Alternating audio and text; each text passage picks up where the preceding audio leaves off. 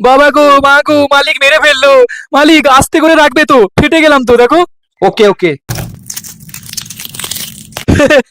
মালিক আস্তে আস্তে ছাড়া, কি সুড়সুড়ি লাগছে।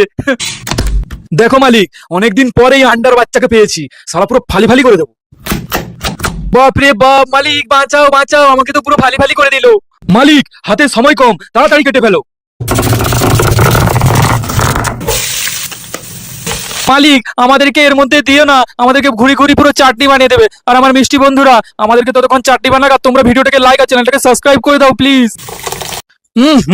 মালিক কি হাগার মতো জিনিস দিয়ে দিলে আমার মধ্যে।